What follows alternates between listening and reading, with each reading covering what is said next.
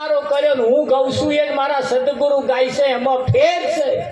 હા, તારે એને કહ્યું હું જે વગાડું છું મારા ગુરુ વગાડે એમાં ફેર છે.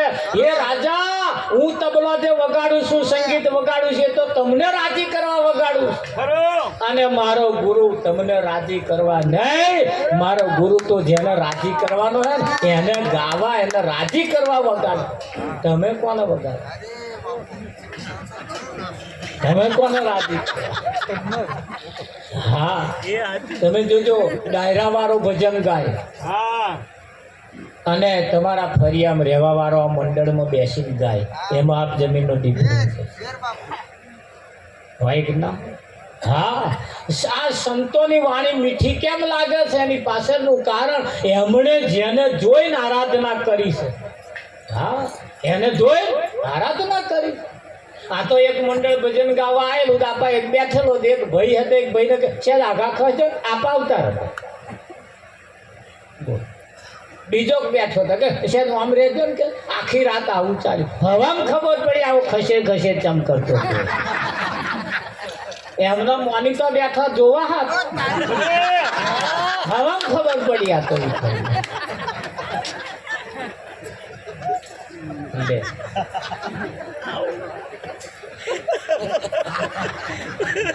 જમણું થાય પછી આ રાજી થાય.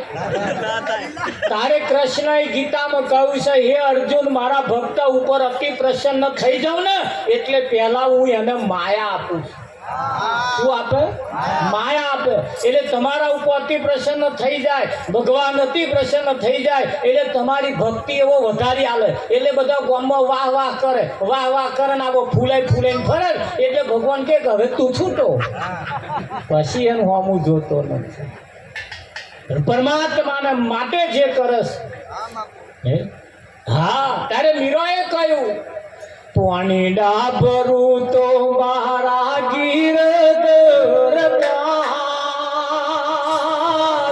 પાણી ડાબરું તો મારા ગીરધર એવા રાણાજીને કહેજો કે ગીરધર મારો નામ. આ મંદિરો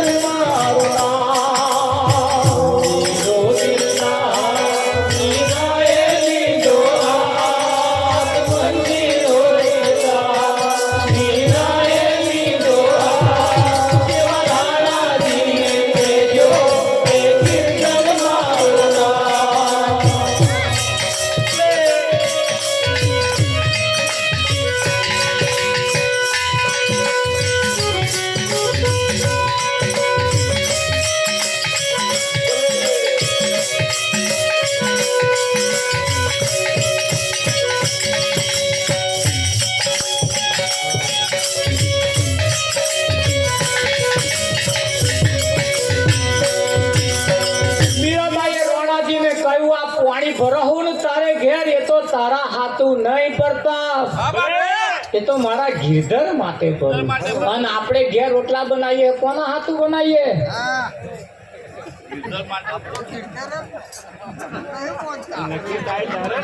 પણ આ નક્કી થાય તારે. હવે બર્યું અહીં ના વિચારશો પણ ઘેર જઈને વિચારજો. હે, આ રોટલા ટીપીએ પાણી ભરીને વાસીદા ભરીને વાહન ગઈ, આ તો કોના માટે? આ મય જે હાથ લઈ રહ્યો છે ને એના માટે. તા એ હાથ કઈથી લાવે?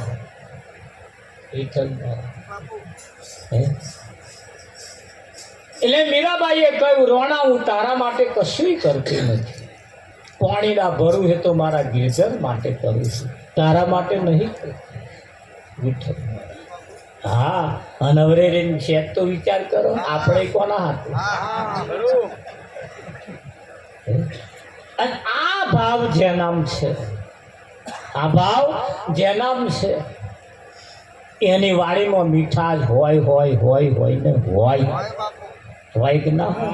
હા, આપણે લોકોને રાજી નહીં કરવાના. જેને રાજી કરવાનો છે એને રાજી કરવાનું અને એના માટે કરવાનું, તારે એવો રાજી થાય. અને એની વાણીમાં એટલે મીઠાશ હોય કે ના હોય? હા, વેવાઈ આયા હોય તે દાળ શીરો બનાવો અને સત્યનારાયણની કથા રાખીને શીરો બનાવો, તે દાળ સ્વાદમાં ફેર હશે. બનાવવા વાળો એનો એ, સોજી એનો એ, ઘી એનું એ, ખોડ એની એ, ચૂલો એનો એ, તપેલું એનું એ, ચોબેથો એનો એ, પણ કેદારનો ભાવ કઈ ફેર હોય કે ના હોય? મીઠાશ એ તમારા ભાવની આવે.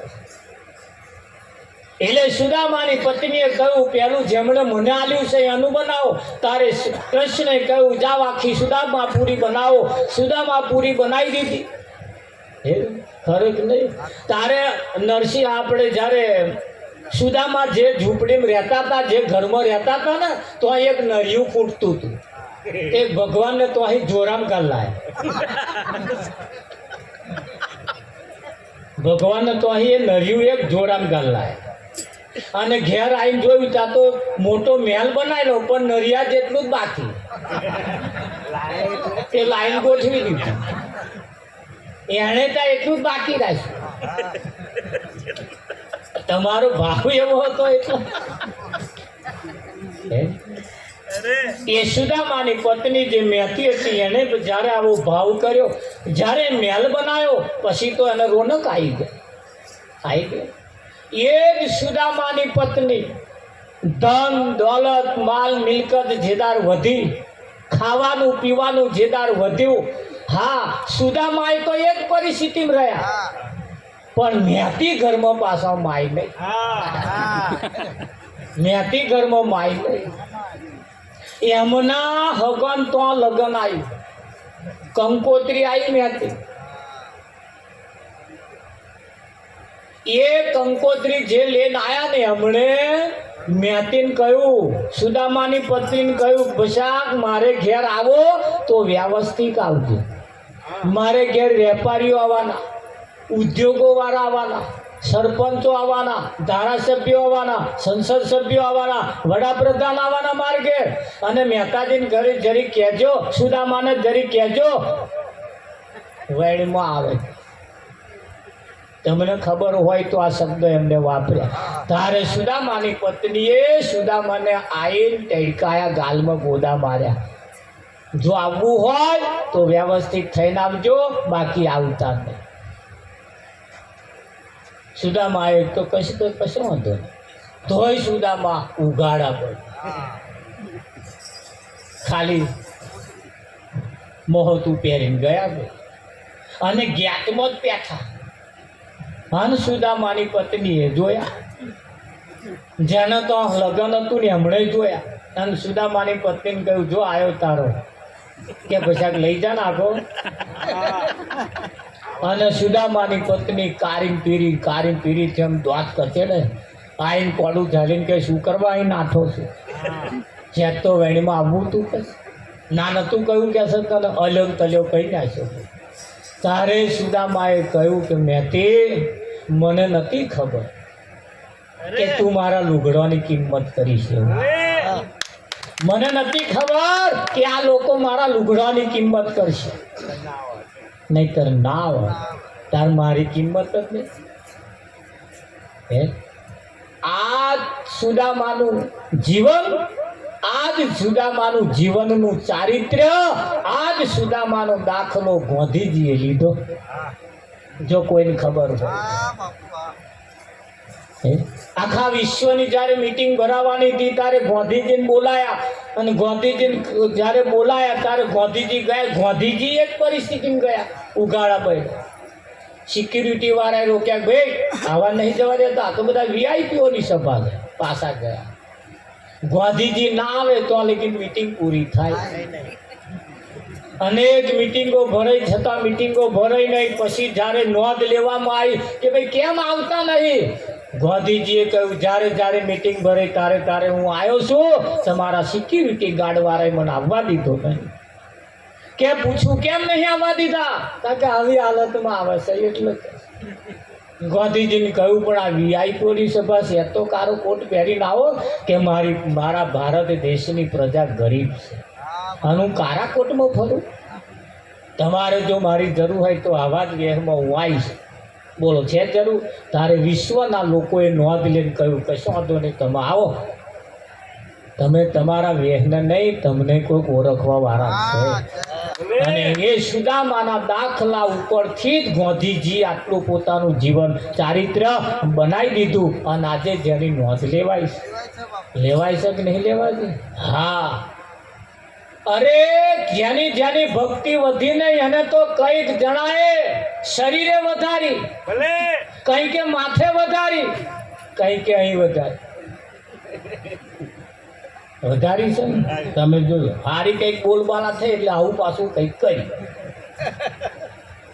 અને પછી ભગવાન કહે છે કે ભાઈ તો હું એને પેલી માયા આલું અને માયાને ના ગણે પછી એને ભક્તિ આલું. તો માયા કાળી ના ગણી જન્મે એને ખાય. માયા કાળી ના ગણી જન્મે એને ખાય. એમાંથી જે ભાગી છૂટે એ સાચો ફળીધર થાય. તમારે ચમનું માયા જોતી હોય કહેજો.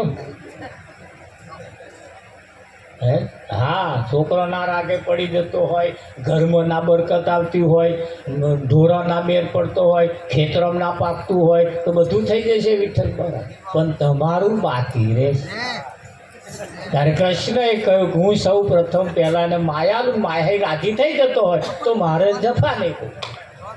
તમારે કેવું? હા, રાજસૂય જ્યારે પાંડવો યજ્ઞ કર્યો ત્યારે કૃષ્ણને પૂછવા ગયા માંડવો કેટલો લાંબો બાંધીશ? કૃષ્ણએ કહ્યું એક જ તાકો મારવા. પાંડવોએ કહ્યું દેશ વિદેશમાં અમે કંકોત્રીઓ લખી છે, મોટા મોટા રાજા મહારાજાઓ આવવાના, કેટલી પ્રજા એમની સાથે આવવાની, ના એક તાકા નીચે રે કે હા એક તાકો બહુ થઈ ગયો.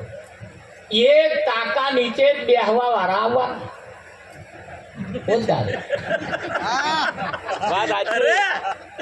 એવું છે કાકા?